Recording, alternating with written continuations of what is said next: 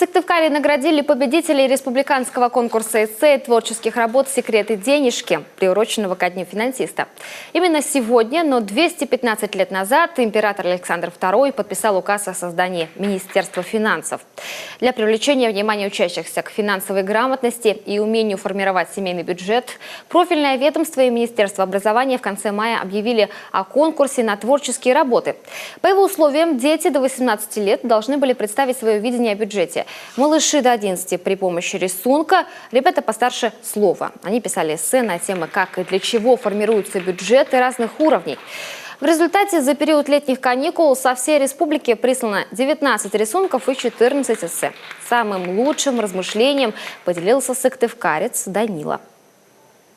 Сначала смотрела в Википедии, потом в книгах и сам по-своему понял, что такое бюджет. Сложно было как-то правильно высказаться, что такое бюджет, чтобы все это поняли. В Министерстве финансов считают, конкурс необходимо проводить в учебное время, чтобы можно было охватить как можно больше участников и чтобы школьникам могли помочь разобраться в сложных понятиях преподаватели. Это у нас пока что, так скажем, первый блин.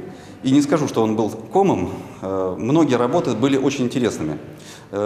Понятно, что детское восприятие, оно немножко отличается от нашего взрослого.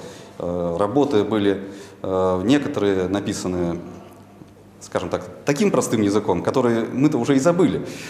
Но все они были интересны по-своему, подходы и к семейному бюджету, и к бюджету муниципалитета. Вы сегодня слышали эссе победителя. Видите, с какими взрослыми словами он выражался, каким действительно логичное построение речи. Также отметим, сейчас разрабатывается методика, по которой финансовой грамотности будут обучать уже со школьной скамьи. Вот-вот выйдет соответствующее учебное пособие.